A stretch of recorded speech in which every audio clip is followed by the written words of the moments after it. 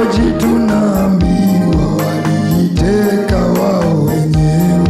Akiinuka mtu wa Mungu kupiga kelele, ataitwa mchochezi na gerezani ataingia.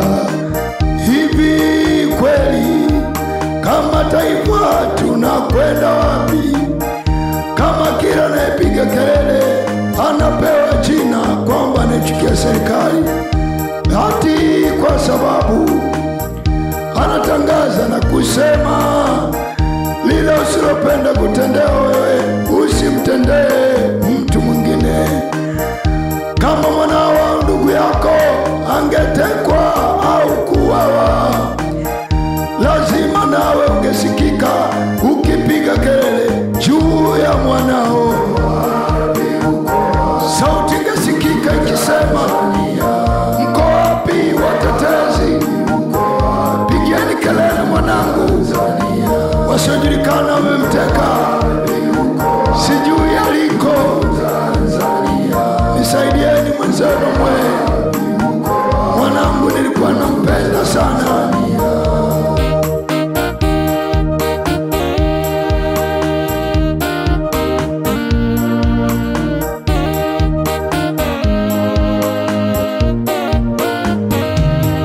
Viongozi wa serikali wanasahau ni wapitaji, dhamana walizopewa ni za muda wa kitambo. Kauli wanazotoa zinaonyesha dharau zao. Wanasahau wananchi waliowapa dhamana hizo. Mwananchi wa kawaida hata akilalamika ategemee kupewa kesi na kuitwa mchochezi. Katika mazingira kama hayo, unalalamika kuumia na usikilizwi, lakini mwisho yote unapewa jina, wewe ndio unayeharibu amani ya nchi. Hivi kweli mwananchi huyu atakuwaje na amani wakati ajui ndugu yake au haki yake iko wapi?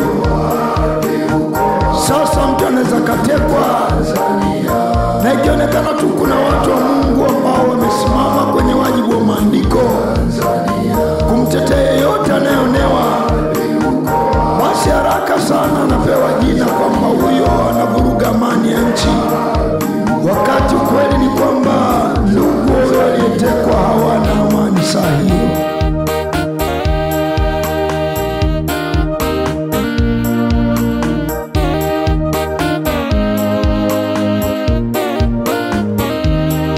Nimalize kwa kuwakumbusha viongozi wa serikali, ninyi sio miungu watu duniani mnapita. Kusanyeni utajiri mwingi na kuwatesa wananchi, vyote utacha duniani, utaondoka ulivyokuja. Jengeni mahoteli mengi na utajiri wa kila namna, hata hivyo utazikwa kwenye kaburi moja. Utajiri wa kweli si mali wala si wingi wa fedha, bali ni matendo mema unayofanya kwa watu wako.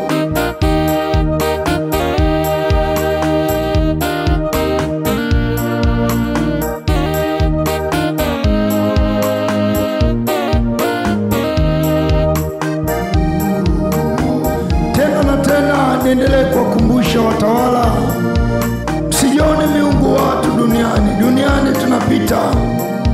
Sasa hivi watu wanalalamika vilio vya kila aina.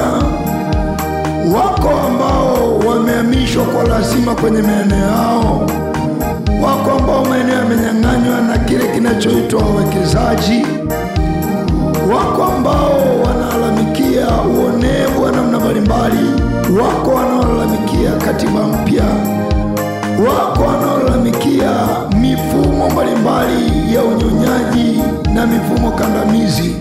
Mimi sioni sababu ya kuwa na katiba mpya, ila naona sababu ya wanadamu kubadilika, yaani kuanza kuona ya kwamba lile usilopenda kutendewa wewe usimtendee mwingine. Maana yake ni kwamba haijalishi nani utakuwa kwenye nafasi hiyo ya mamlaka, basi usimfanyie mwingine lile ambalo usingependa kutendewa wewe. Hata kama si ndugu yako, hana cheo, hana elimu, hana uwezo, lakini umthamini kama binadamu mwenzako. Kama wewe unaweza kula chakula cha thamani fulani, basi muangalie na jirani yako awe anaweza kula chakula kama hicho. Kama unaweza kutembelea gari aina fulani, ama ukalala mahali fulani penye gharama fulani, basi hakikisha kila Mtanzania anaishi maisha kama hayo. Hilo laweza kuwa suluhisho zaidi ya katiba mpya. Maneno ya mwisho ni kwamba tunawaonya au kuwashauri mrudi kwenye njia, ama tunaolia na kulalamika juu ya maonezi ya namna mbalimbali. Si maadui zenu, wala tuvurugi amani ya nchi, bali tunataka umoja, mshikamano na amani ya nchi iwe imara kwa njia ya kila mmoja kuwa salama. Ikiwa mtachukulia ni maadui na kwa sababu hiyo mtatupeleka magerezani kwa kile mnachokita kuwa ni uchochezi, basi tunaamini Mungu mhukumu haki atakuja siku moja kusikia vilio vyetu wa Tanzania. Inna lillahi wa inna ilaihi rajiun.